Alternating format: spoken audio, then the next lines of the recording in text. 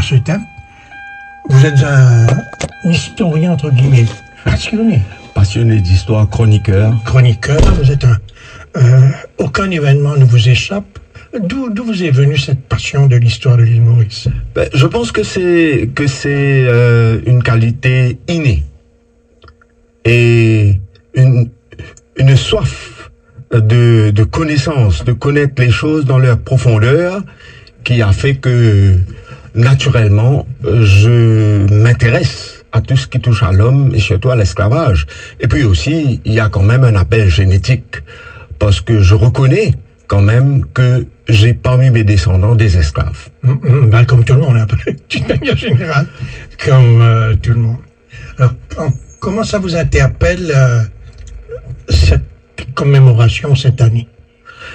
Cette commémoration, elle est pertinente dans le sens que c'est une occasion de revenir sur ce crime contre l'humanité que fut l'esclavage, non pour des lamentations, mais pour pouvoir démystifier un peu, pour pouvoir dépoussiérer les réalités de l'époque et de redonner confiance à cette population qui a été traitée comme des meubles, il faut le dire. D'ailleurs, c'est clairement écrit dans le Code noir. C'est des meubles. Et qui souffre quand même de cette dévalorisation, même si on dit qu'aujourd'hui on est libre, etc.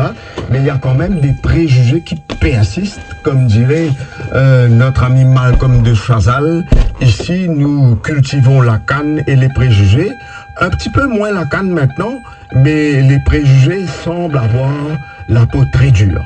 Alors, quels sont les thèmes que nous allons aborder justement pour essayer de dépoussiérer un peu ces événements qui datent, Dieu sait, depuis combien de temps? Nous allons quand même faire un petit survol, parce qu'il va falloir beaucoup de temps pour vraiment faire le grand nettoyage. Mais les thèmes... Nous n'avons pas cette ambition dans un... absolument. Émission, Mais un clin d'œil quand même nous permet d'avoir une autre perspective. Et moi, je voulais surtout parler de la contribution des esclaves et de leurs descendants à la construction de la nation, et aussi la contribution économique des esclaves et de leurs dépendants, parce que ce sont des thèmes qui sont très peu abordés. Alors, abordons le premier thème. En quoi les esclaves, selon vous, ont contribué à la construction de la nation? Mais il est clair qu'ils étaient là dès le départ. Dès le début de la colonisation, la première colonisation a eu lieu en 1638 avec l'envoi du commandeur Gouyer à Maurice par les Hollandais. Et après 3 ans, les premiers esclaves ont foulé le sol de notre pays. Ils venaient de Madagascar et ils étaient ramenés ici par Adrian van der Stel en 1642. Et déjà en 1642, il y avait une centaine, 105 si je ne me trompe. Et déjà, comme ils sont venus à Maurice, quelques jours après, la moitié s'est évadée dans les forêts. Ce qui démontre aussi quelque part que l'esclave, il veut bien construire, mais il veut bien aussi être libre. Et depuis, l'esclave a toujours fait partie du paysage national de Maurice, et il a contribué à la nation parce que il a aidé grandement à donner les premières infrastructures à ce pays, à donner l'âme, à contribuer à donner l'âme culturelle de ce pays, à accueillir les autres courants venant d'ailleurs. D'ailleurs, après l'abolition de l'esclavage en 1835, c'est l'esclave qui a cheminé à côté du travailleur engagé dans les champs pour pouvoir, pendant la période d'apprentissage, intégrer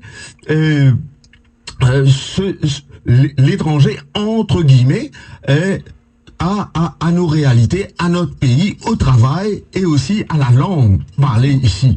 Et j'en passe, d'ailleurs, notre Sega est quand même l'emblème est emblématique de cette évolution-là. De cette dimension.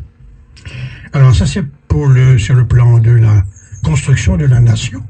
Mais là, c'est la construction maintenant économique du pays. Encore mais l'esclave a contribué. Mais ça, c'est volumineux. D'abord, l'esclave, sans justifier ce crime contre l'humanité, qu'il faut le rappeler, a travaillé gratuitement. Imaginez la masse salariale, ce que ça représente aujourd'hui dans notre économie, la masse salariale des gens, hein. Et imaginez maintenant que les colons, ils sont là à développer le pays. Nous parlons de combien d'esclaves à ce moment, précis? De 1638 jusqu'en 1835, vous savez, il y a Patrick Beaton qui dans Creole and Coolies vous dit que à l'île Maurice, nous avons enterré 1 million d'esclaves et il écrivait en 1800, dans les années 1850. C'est difficile de chiffrer, mais c'était pour avoir une idée mais je dirais la masse salariale à l'époque. Mais je dirais que à l'île Maurice, nous avons importé environ 150 000 esclaves. Dans les Mascarins, 300 000, si l'on croit Richard Allen et ses études. Alors, la masse salariale serait de quelle nature, de quelle hauteur?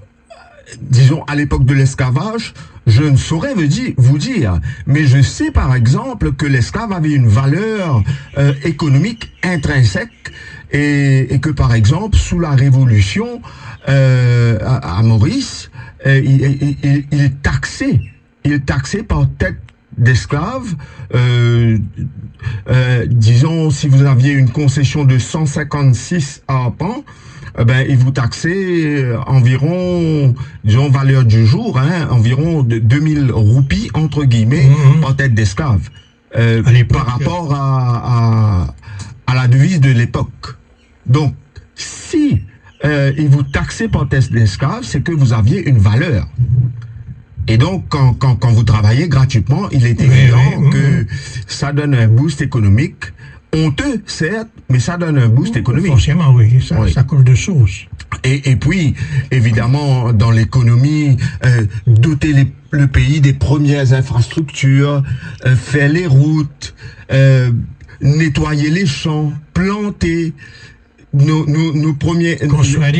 Construire les drains, exactement, et pas n'importe quel drain. Est-ce que vous avez vu la qualité des drains de l'époque? On aurait pu y jouer un match de foot carrément, c'est tellement long et large. Mais oui, mais c'est certain. Et les casernes de Port-Louis et casernes, là où opère la police aujourd'hui, ça a été construit des mains d'esclaves. Et les fortifications... Peut-être pour la jeune génération, il serait bon de dire... d'énumérer un peu ces infrastructures qui ont été créées par des esclaves. Donc, d'abord, les casernes centrales. Les immenses drains. Les immenses drains. Vous insistez sur les drains, monsieur Salès. Parce qu'aujourd'hui, ça pose problème. Oui. Mais bon, c'est important, les drains quand même. Et les tourmentez-le que nous avons, et il faut... Fort Adélaïde. Fort Adélaïde, Fort Georges, et les fortifications côtières, les routes, les cheminées. Est-ce que vous avez vu la qualité le savoir-faire de ces esclaves-là quand même? Les vestiges aujourd'hui témoignent de la solidité de ces tours et du savoir-faire aussi. Ben là, vous avez raison, c'est une chose sur la solidité, c'est une dimension. Oui, un très bel ouvrage qui a été écrit, dont j'ai oublié le nom de l'auteur, sur ces tours justement. Sur ces cheminées. Ouais, et oui. Culminé quand même à, je présume, à 15-20 mètres. Hein. Et ce qui interpelle, c'est qu'avec le peu de moyens qu'ils avaient à l'époque, et il faut aussi dire que parmi ces esclaves-là, il y avait bien sûr les esclaves de l'Inde, mais il y avait aussi certains qui venaient du sud, les esclaves africains, malgaches, mais il y avait aussi certains qui venaient du sud de l'Inde et qui étaient spécialistes dans la pierre. Oui, Vous avez l'hôpital militaire, qui a été D'accord, créé par les oui, esclaves. oui. Vous avez le port, à Port-Louis, le port a été développé par les esclaves à l'époque de la Bourdonnais. Et même D'ailleurs, Port-Louis a été créé par les esclaves. absolument.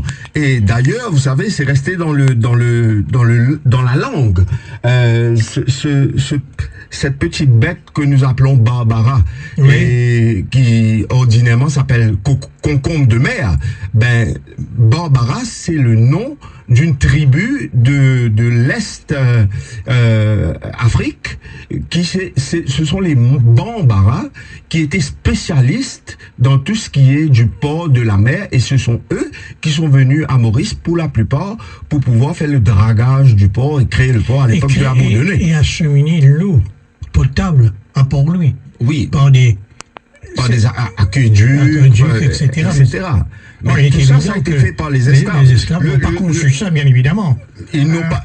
Mais ils ont. Écoutez, bien évidemment. C'est leur sueur, bien évidemment. C'est leur sueur. Ce sont eux qui ont incarné toute l'idée qui a été émise pour construire Maurice.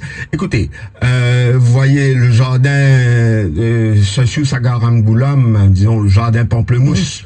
Et ben, c'est le bébé de Pierre Poivre. Mais qui a créé le jardin? Qui a fouillé? Qui a planté, etc. Ben, ce sont les esclaves. Hein. Ils ont leur empreinte partout. Ils ont leur empreinte partout, et c'est malheureux. Comme le théâtre de Port-Louis, sur le plan culturel aussi, on en a parlé. Le théâtre de Port-Louis date de 1822, forcément. Qui a la Le Champ de Mars aussi, forcément.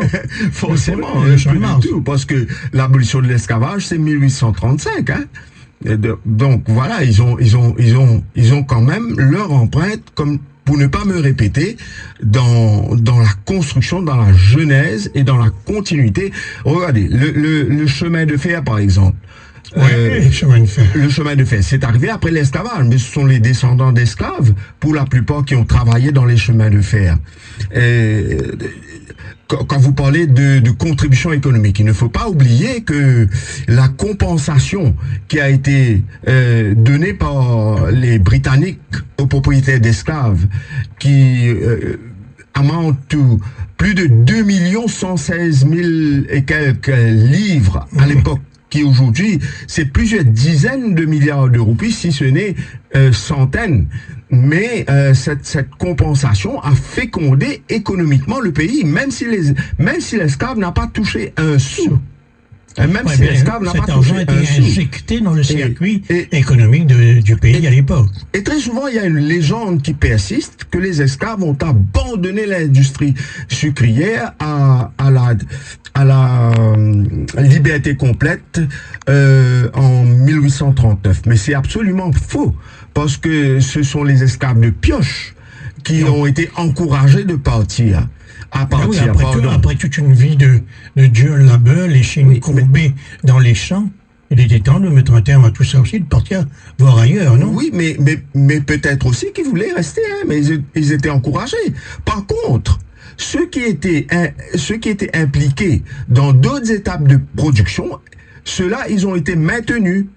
Et jusqu'aujourd'hui, disons, la classe qu'on appelle artisan, que j'ai mécanicien, bouilleur, etc. Mon arrière-grand-père était bouilleur, mon grand-père était bouilleur, hein, de sucre. Et eux, ils ont été maintenus. C'est pourquoi toute cette catégorie de travailleurs appartient à les dockers, les stevedores, à la communauté créole, forcément. Mais oui. Et puis, vous avez le sucre avant l'arrivée des trains. Le sucre était chargé sur les bateaux, qu'on appelait les chasse-marées. Et qui chargeait ce sucre-là sur le bateau? Qui menait le bateau des côtes, des battelages, comme on dit, au bateau qui allait ramener ce sucre-là vers l'Angleterre ou d'autres pays d'Europe? Qui chargeait ce sucre-là sur ce bateau? Mais c'était les esclaves. Aujourd'hui, on n'entend pas vraiment parler de tout ça.